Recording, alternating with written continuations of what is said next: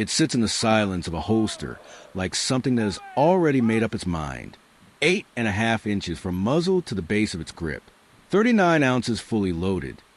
The weight of a small hardback book, though nothing about its purpose is literary. The steel is parkerized and flat, giving it the color of a cloudy winter sky over the Argonne. The 5-inch barrel is cut with 6 right-hand grooves, each one a gentle spiral that give the bullet its life and direction. A thumb safety sits on the left rear of the frame. A grip safety curves along the back of the handle, requiring a firm, deliberate grasp before the mechanism will engage. The gun demands intention from the person holding it. The magazine holds 7 rounds. 7 rounds of .45 automatic Colt pistol ammunition, each cartridge containing a round-nosed, flat-base bullet that measures precisely 0.452 inches in diameter, weighs 230 grains, and leaves the barrel at approximately 830 feet per second. Not fast by the standards of military ordnance. Not long range by any measure.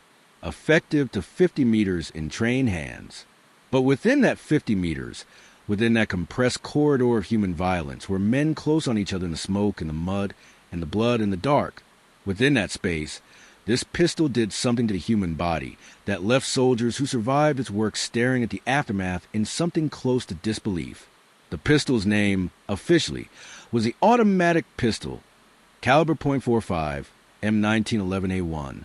Its unofficial name, the name that crossed language barriers and appeared in German field correspondence and intelligence reports and the stunned, whispered conversations of Wehrmacht officers, was simply the American .45. And the dark reason that German officers feared it had nothing to do with mythology, nothing to do with exaggeration, and everything to do with physics, physiology, and a history that stretched back more than 40 years before the first shots of World War II were fired. To understand why a German officer in a French hedgerow in 1944 might feel a very specific variety of dread upon learning that the American formation advancing toward him was carrying the Colt .45, you have to go back to a jungle archipelago 9,000 miles away, to a series of islands the United States had just inherited from Spain, to a conflict that most Americans today have largely forgotten, but that permanently reshaped the firepower doctrine of the United States Army. The Philippine-American War began on June 2, 1899. Within that broader conflict, along the southern island chains, a separate and far more ferocious struggle was already underway against the Moro people, Muslim warriors of the Sulu archipelago, who had been fighting foreign occupiers for centuries before Americans arrived, and who showed no particular interest in stopping. The standard sidearm of American soldiers in those jungles was the Colt M1892 double-action revolver, chambered in .38 long Colt. It was, by the standards of its day, a serviceable weapon. It was light. It cycled smoothly. The ammunition fed without complaint. And it was, in the close quarters chaos of jungle fighting against determined Moro warriors, catastrophically insufficient. The problem was not accuracy. American soldiers were hitting their targets. The problem was that the targets kept coming. Officers and enlisted men submitted reports describing what happened when a Moro warrior armed with a bladed kris or campilon was engaged at close range with .38 caliber fire. One soldier described a prisoner on the island of Samar who was shot 4 times at close range with a .38 Colt revolver, 3 bullets entering his chest and perforating his lungs, a 4th round passing through his right hand, before being finally stopped by a blow to the forehead with the butt of a Springfield carbine. Brig General Samuel S. Sumner, who was among the officers who evaluated the Luger automatic pistol as a potential solution during this period, dismissed it directly, the Luger automatic pistol, as a hunting pistol and for dress occasions as attractive and useful.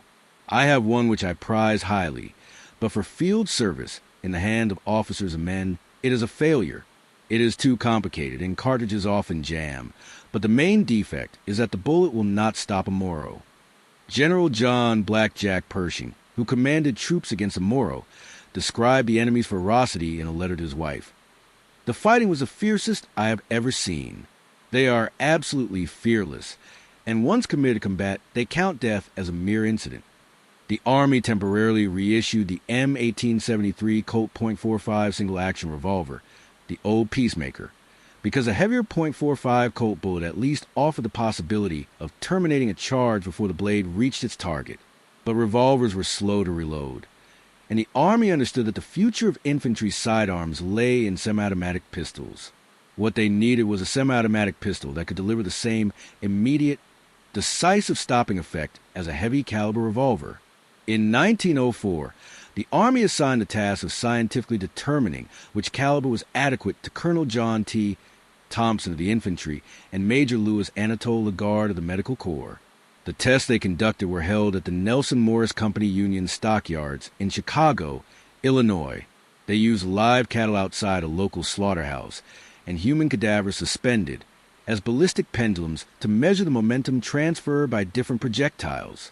They tested 7 calibers: the 7.65 millimeters parabellum, the 9 millimeters parabellum, the .38 long Colt, the .38 ACP, the blunt and hollow .45 Colt, the .476 Ely, and the cup .455 Webley. The results were unambiguous, whatever criticisms later historians might level at the methodology. Thompson and Lagarde submitted their conclusion in language that left no room for interpretation.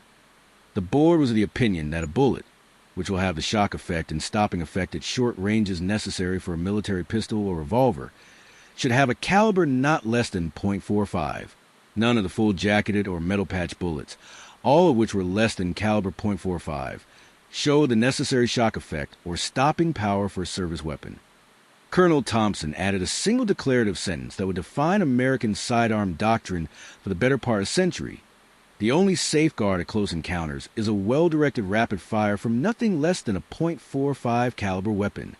In 1906, the Army published its specifications for a new service pistol and invited manufacturers to submit entries. The list was remarkable for variety.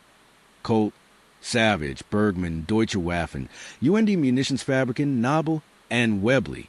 George Luger himself traveled to America and submitted a prototype chambered in .45 ACP, a .45 caliber Luger, for the 1907 trials. It passed the firing test but was ranked below the Colt and Savage submissions in reliability. Army officials summarized their objection to the Luger with characteristic precision. Its certainty of action, even with Luger ammunition, is not considered satisfactory. DWM declined to produce the 200 pistol production run the Army requested, and the Luger effectively withdrew from consideration. The contest narrowed to 2 finalists: the Savage automatic and the Colt, both designed around a .45 ACP cartridge that the Thompson-Lagarde tests had mandated.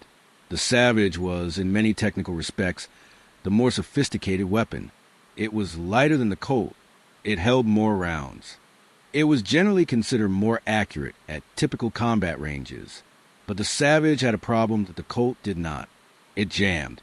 Not reliably, not predictably, but under the stress of sustained fire in difficult conditions.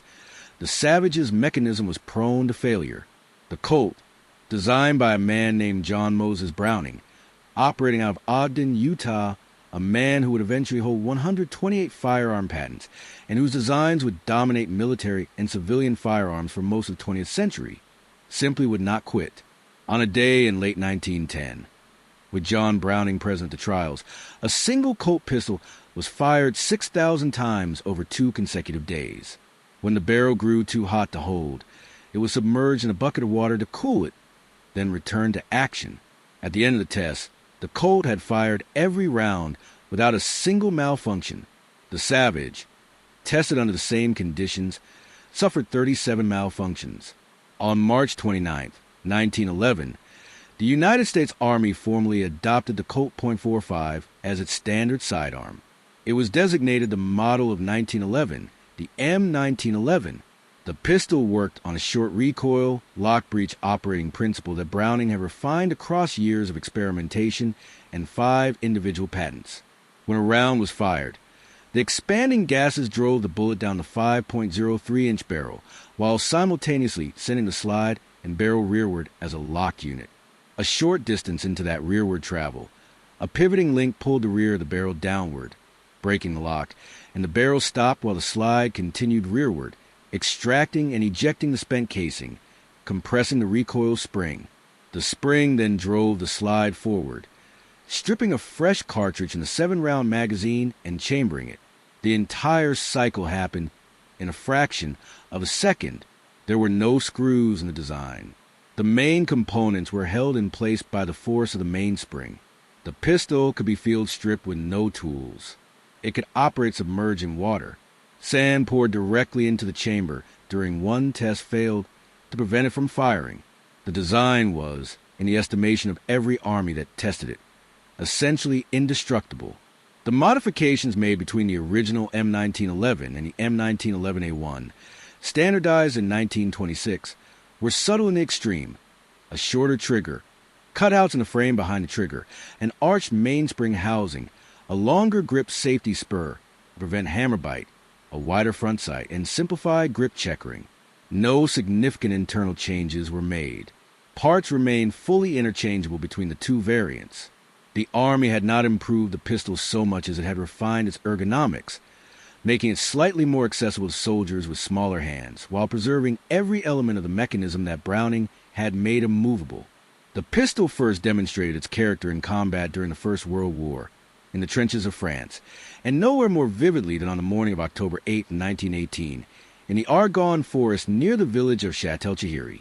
That morning, elements of the 2nd Battalion, 328th Infantry Regiment, 82nd Division, United States Army, walked into what one of their own men would later describe as a death trap.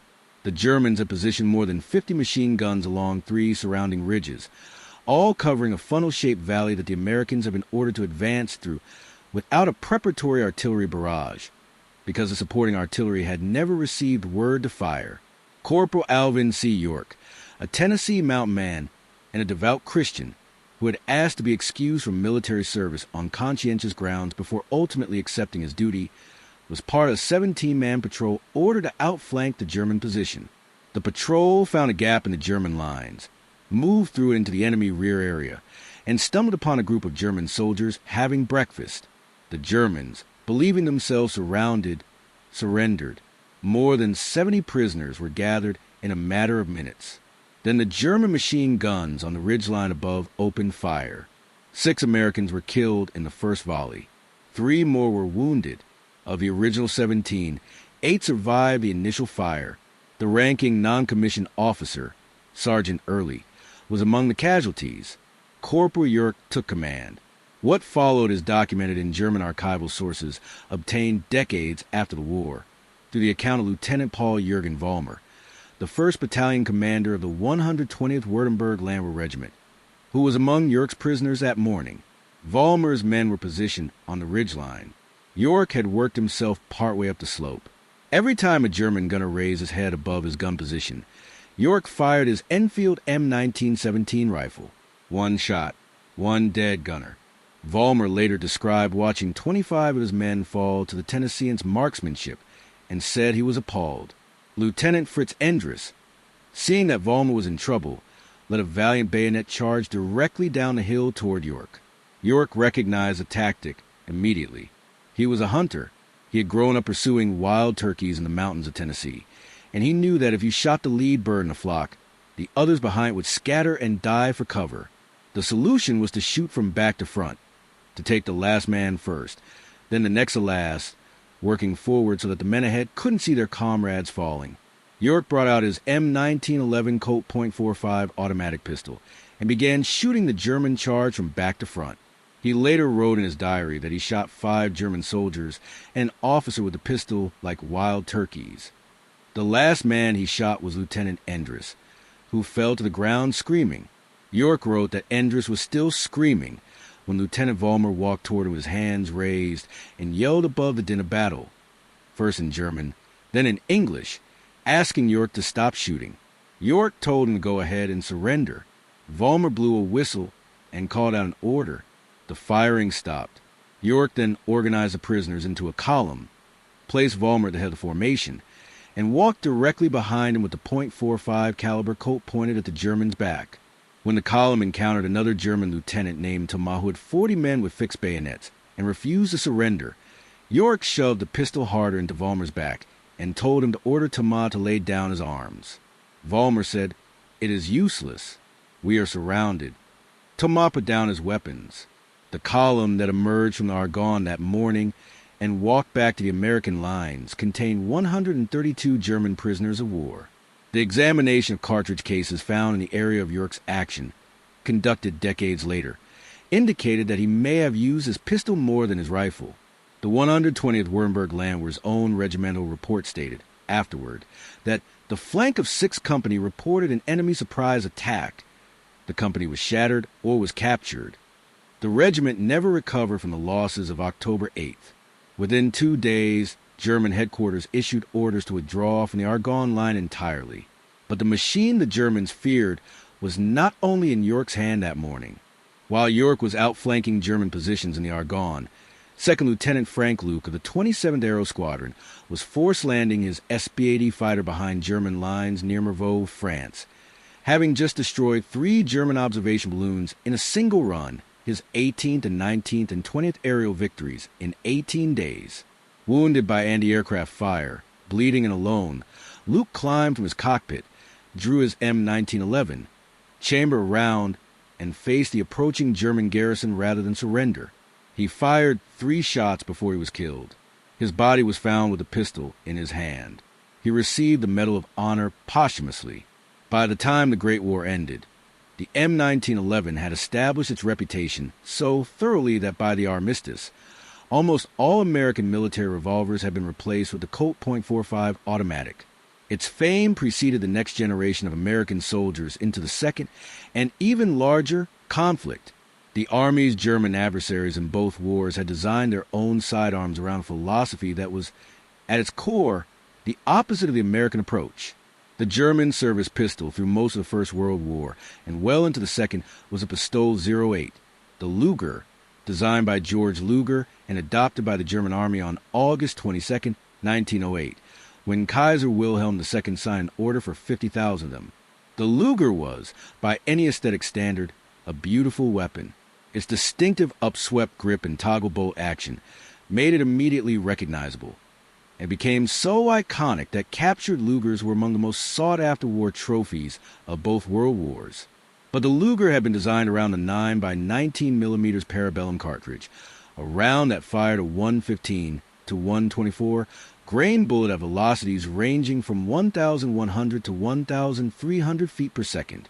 The 9 mm was faster than the .45 ACP and could reach targets at greater range. At 100 meters, it was demonstrably more effective than the Colt's round. But the physics of terminal ballistics are not a simple function of velocity. The .45 ACP's 230 grain bullet, wider by nearly a tenth of an inch than the 9 mm's projectile, transfers its energy differently upon impact, where the smaller, faster 9 mm round tended to punch through soft tissue in a narrow channel, a penetrating wound that was serious but survivable with rapid medical attention. The .45 ACP's large, slow bullet had a tendency, at combat ranges, to embed itself on impact rather than pass through, transferring all of its kinetic energy into the target and creating a permanent wound cavity whose diameter correlated directly to the bullet's width. The Army Historical Foundation's own official account of the M1911 notes this distinction directly. Fired at a relatively low muzzle velocity, the round would embed itself upon impact. The result was a weapon that could knock the enemy over from any entry point on the body, as opposed to the Luger, which was designed for the less lethal 9 mm bullet. The physics of momentum, mass multiplied by velocity, also favored the heavier bullet in close-range stopping power. A 230 grain bullet moving at 830 feet per second carries roughly the same momentum as a 9 mm bullet traveling at twice the speed, but it delivers that momentum in a shorter distance, with less penetration, and with a wound channel that begins at 0.452 inches in diameter before any expansion is considered. The Luger had additional liabilities that went beyond caliber. Its toggle lock action, mechanically elegant and clean, controlled conditions, was sensitive to underpowered ammunition. Any round loaded to a slightly lower pressure than the pistol was calibrated to use wrist, failing to drive the toggle through its complete cycle, resulting in a malfunction. The mechanism also required hand-fitting of specific components. A Luger assembled with a side plate from a different pistol might not function at all. By the late 1930s, Germany was already looking for a replacement. The Luger took approximately twice as long to manufacture as what would become its successor, the Walther P-38, which the Wehrmacht adopted in 1938. The P-38 was chambered in the same 9mm Parabellum cartridge, featured a more robust slide-action mechanism, and was considerably cheaper and faster to produce. But the P-38's adoption was slow. Production lines were not easily converted, and wartime demand for pistols outstripped the pace of changeover. Mauser continued producing Luger P-08 pistols until November 1943. The German Army's last delivery was 1,000 pistols that month. Both weapons, throughout the war, fired the same 9mm round that American tests had declared insufficient for stopping power nearly 4 decades earlier. The American military went into the Second World War with nearly every M1911 it could produce. Beginning in the late 1930s, as war became inevitable, the Army began ramping up production. In April 1940, the Singer Manufacturing Company, the Sewing Machine Company, received an educational order contract for 500 M1911A1 pistols, produced in the serial number range S800001 to S800500.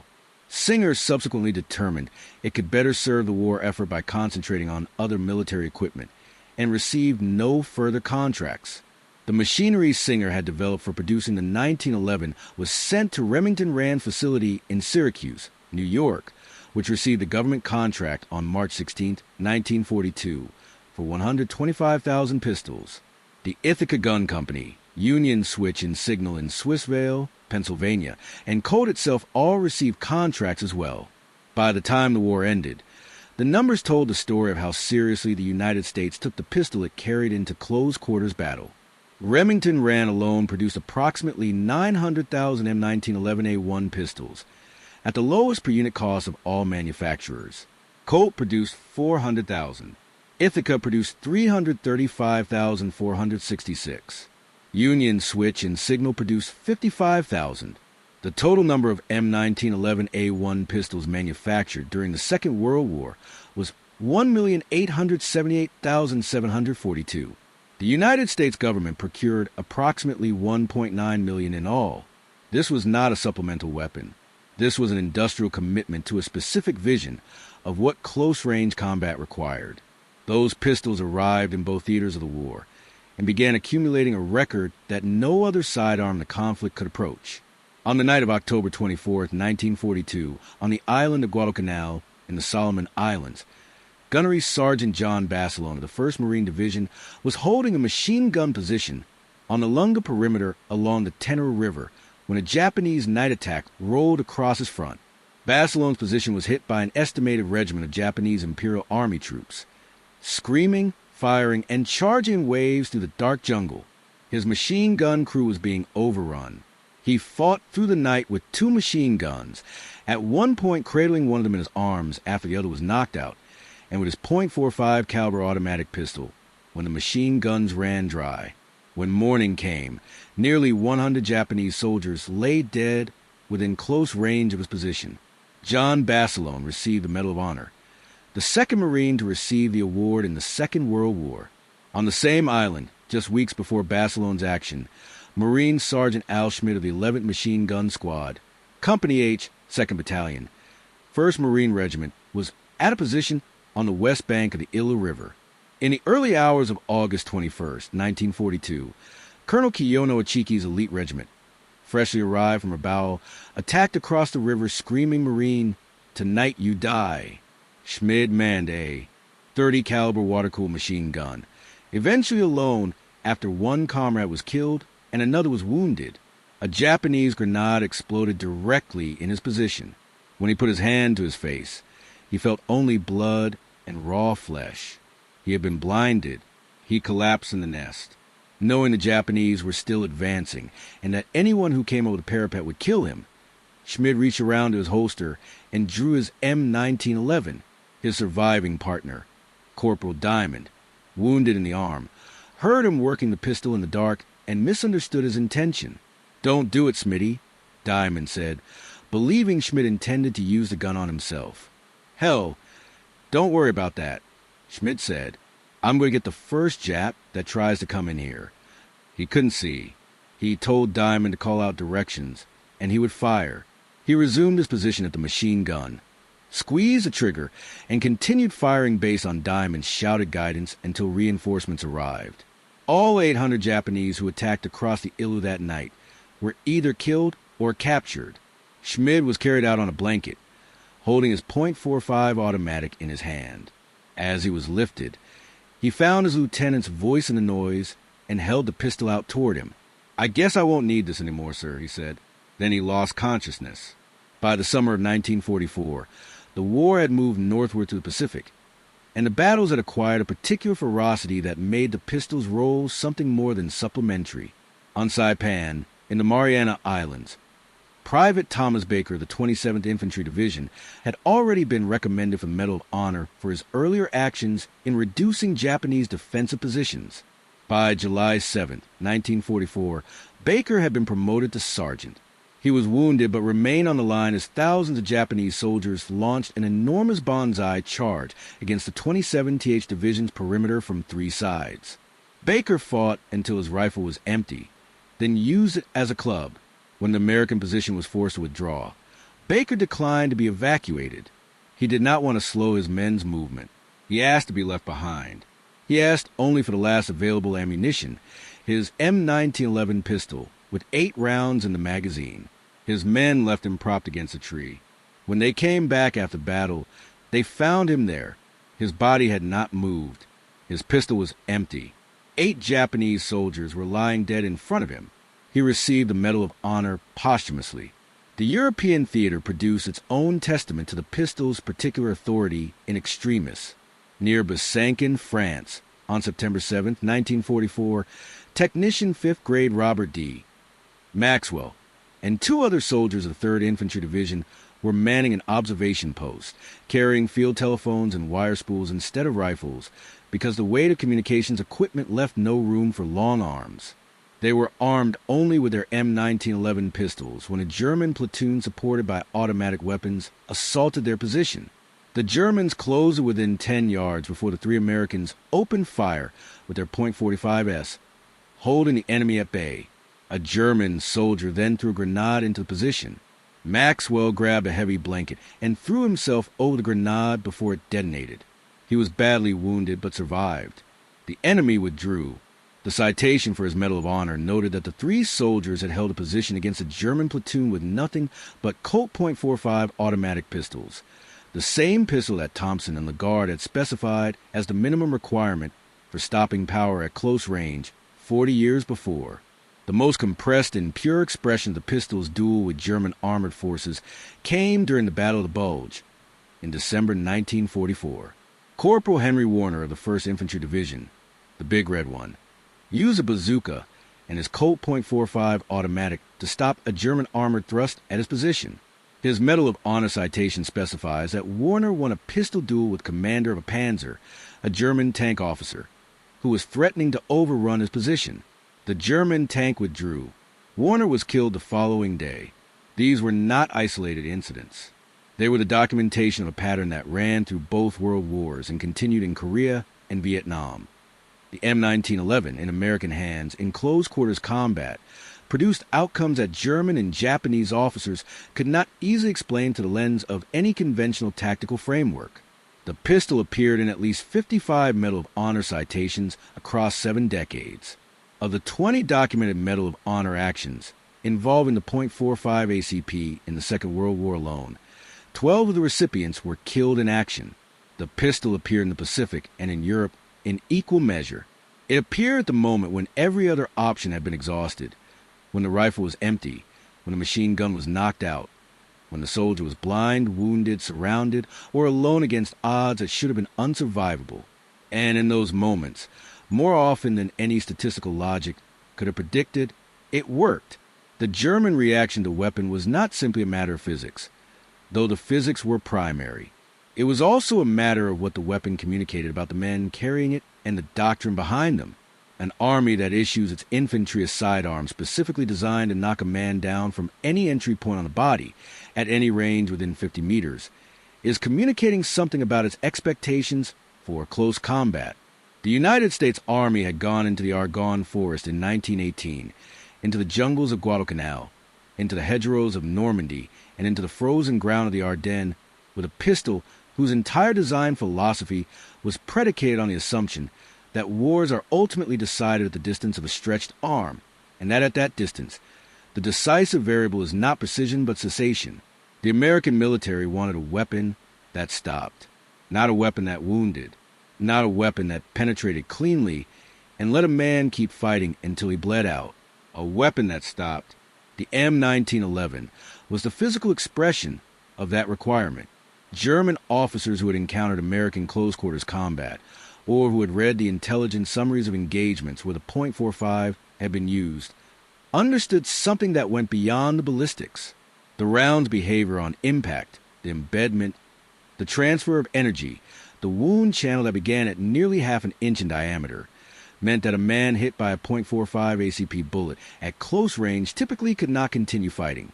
A man hit by a 9mm round at close range sometimes could. That difference, measured in the fractions of a second it took for a wounded man to pull a trigger or throw a grenade, was the difference between a firefight ending and one continuing. In the compressed geometry of trench warfare, in the darkness of a jungle at 3 a.m, in the mud of a French hedgerow at zero visibility, those fractions of a second represented the entire distance between living and dying. There was also the question of what the pistol did to confidence. Dave Dotterer, a retired U.S. Marine Corps colonel, would later summarize what generations of combat veterans had experienced. It's a great weapon because of its stopping power. It instilled confidence in you. A soldier who trusts his sidearm moves differently. He closes distance rather than retreating. He occupies positions others would avoid. He makes decisions at ranges that would be catastrophic with a weapon he doubted. The M1911, in the hands of the men who carried it, did something to the psychology of close combat that could not be separated from ballistics. It made American soldiers willing to close, and German officers learned to factor that willingness into their tactical calculations. By the time the war ended, in September 1945, the United States had produced and issued nearly 2 million M1911A1 pistols, distributing them across every theater of the conflict, in the hands of infantry, tankers, aviators, medics, and commanders. The Marine Corps' own table of organization, which had authorized 798.45 pistols for a division in 1942, had by 1945 increased that number to 1,707, reflecting not official doctrine so much as the accumulated battlefield judgment of men who had been in the fighting and emerged with a clear-eyed assessment of what they wanted at their hip. The effort to replace the pistol with the M1 carbine, which had been undertaken with some enthusiasm in 1941 and 1942, had quietly failed. A January 1943 Marine Corps document had recommended a policy be established gradually replacing all .45 caliber pistols in the Fleet Marine Force with M1 carbines or M1 rifles, and noted that practically all officers seemed to be in favor of getting rid of the pistol. By 1945, the authorized number of pistols per division had more than doubled. The pistol's official career continued through Korea and Vietnam. In the summer of 1950, near Agak, Korea, Sergeant Ernest Kumho Company A, 72nd Tank Battalion, held a tank position alone through the night against approximately 500 North Korean soldiers who had crossed the Naktong River. He fought for more than 9 hours.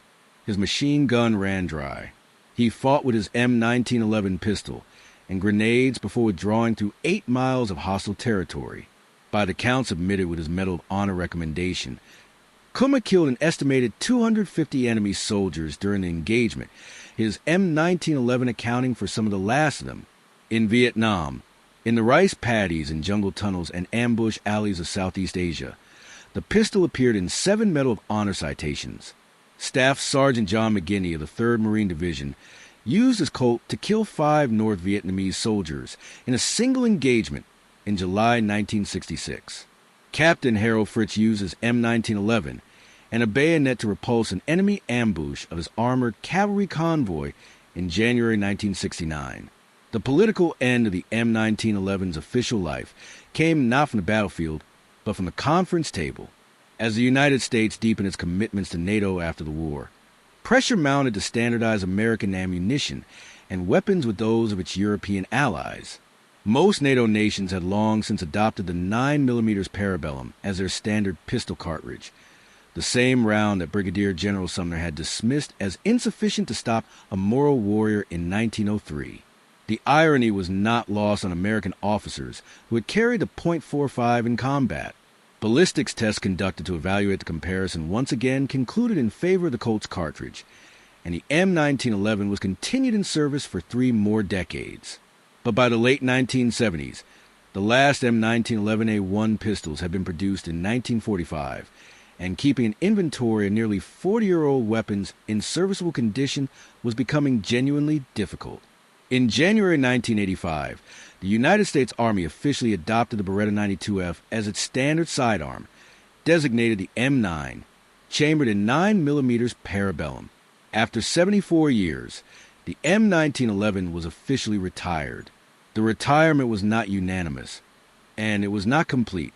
The Marine Corps continued to use modified M1911A1 variants for specialized units well after the formal changeover, eventually issuing the M45A1 close quarters battle pistol to Force Reconnaissance, Marine Corps Special Operations Command, and Special Reaction Teams. In July 2012, the Marines awarded Colt a $22.5 million contract for up to 12,045 A1 pistols. The M45A1 was not retired until 2019, when the Marine Corps selected the SIG Sauer M18 as its replacement, with the transition completed by October 2022. Modernized derivatives of Browning's original design remain in the hands of American Special Operations personnel across multiple decades and multiple conflicts, fielded by units whose members had evaluated the available options and returned to the design that Browning had completed in 1911 for reasons that had not changed. John Browning himself died in 1926 in Liège, Belgium, at his bench at the Fabrique Nationale plant where he had spent decades designing weapons for the European market. He collapsed at his workbench and died before emergency care could reach him. He had filed 128 patents. He had designed the M1911, the M1919 machine gun, the M2.50 caliber heavy machine gun, the Browning automatic rifle, and a dozen other weapons that collectively armed most of the Allied forces in 2 world wars. Of all of them, the M1911 was the one that bore his methodology most nakedly, the reduction of a complex engineering requirement to its irreducible physical minimum, the recognition that in close combat, the only variable that mattered was whether the man you shot kept coming. He had seen the test results. He had been present at the 1910 trials where his pistol fired 6,000 rounds without a single failure. He knew what he had made. Alvin York returned to his hometown of Pall Mall, Tennessee, after the war. He married his sweetheart, Gracie Williams, and they raised 7 children, 5 boys and 2 girls. The people of Tennessee gave him a house and a farm. He spent his post-war years advocating for rural education and infrastructure in the Cumberland Mountains, believing that the poverty and isolation of mountain communities like his own was a greater long-term threat to the country than anything he had faced in the Argonne. An October 1918 diary entry, written just after battle, summarized what the experience meant in his own words. "I am a witness to the fact that God did help me out of that hard battle, for the bushes were shot up all around me, and I never got a scratch." In later years, there's an image that comes to mind when you consider what the M1911 meant in the context of men like York and Basilone and Baker and Schmid and Maxwell, all those men who held that same steel frame in the moment when everything else was gone. It is not a dramatic image. It is quiet, almost mundane. It is a man, somewhere in the years after the war ended, going through old gear in a closet or a footlocker or a farmhouse outbuilding, and finding a pistol he had once been given or taken or earned or simply grabbed in the darkness when his rifle ran empty, the bluing worn from the high spots, the plastic grip panels scuffed by years of use, and the man holds it for a moment in the stillness of ordinary life, feeling its familiar weight, 39 ounces, the weight of something that has already made up its mind, and somewhere in that weight is a list of names that no official record contains. The men who are alive not because of anything dramatic or heroic or worthy of citation, but because on some specific night in some specific darkness, one man had the specific pistol and used it with a specific decisiveness that the specific situation required. That is a dark reason German officers feared the American .45 ACP. Not the mythology, not the reputation. the physics and the doctrine and the history, and the quiet, irreversible fact that the men who carried it kept closing the distance.